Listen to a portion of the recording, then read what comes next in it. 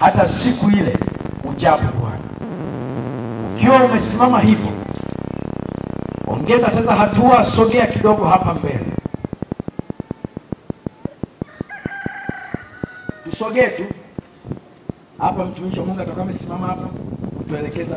Tusogee tunapoenda kumalizia, ili tuombe pamoja, tuombe na taifa letu, alafu tufunge mkutano wetu kwa amani kabisa. Sogee. Wako watu ambao siku ya kwanza walimpa Yesu maisha yao, wengine siku ya pili wakampa Yesu maisha yao, wengine siku ya tatu, na wengine siku ya 4 wameendelea kumpa Yesu maisha yao.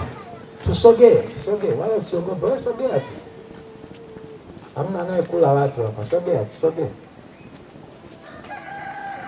Mpaka jana kuna watu ambao waliendelea kuona umuhimu wa kusalimisha maisha yao kwa Yesu, wakatoa maisha yao kwa Yesu.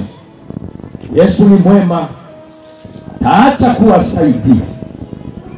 Na leo Yesu anatafuta mtu mmoja ambaye shetani ameyachezea maisha yake, ameyapiga na kuyaharibu, lakini anasema leo nimekutana na huyu Msamaria Yesu, ninataka kuyasarenda au kuyatoa maisha yangu kwa Yesu. Nimechoshwa na tabu na shida hizi, niyatoe maisha yangu kwa Yesu ili awe Bwana na Mwokozi wangu. Kama kuna mtu anasema mimi nataka maisha yangu leo niyasalimishe kwa Yesu, unaweza kunyoosha mkono. Tukiwa tumefunika macho sasa,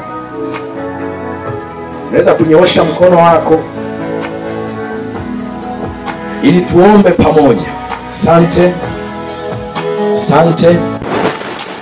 Uliyenyoosha, Mungu akubariki. Usione aibu. Usione aibu, kwa sababu unapoteseka unayemuonea aibu huwa hayupo. Unakuwa peke yako. Vivyo hivyo, ukimpa Yesu maisha yako, utaenjoy maisha yako mwenyewe, kwa sababu Yesu atakuwa pamoja na wewe akusaidia. Nyosha mkono wako, usiogope. Halafu hatua nyingine sasa, sogea tena mbele.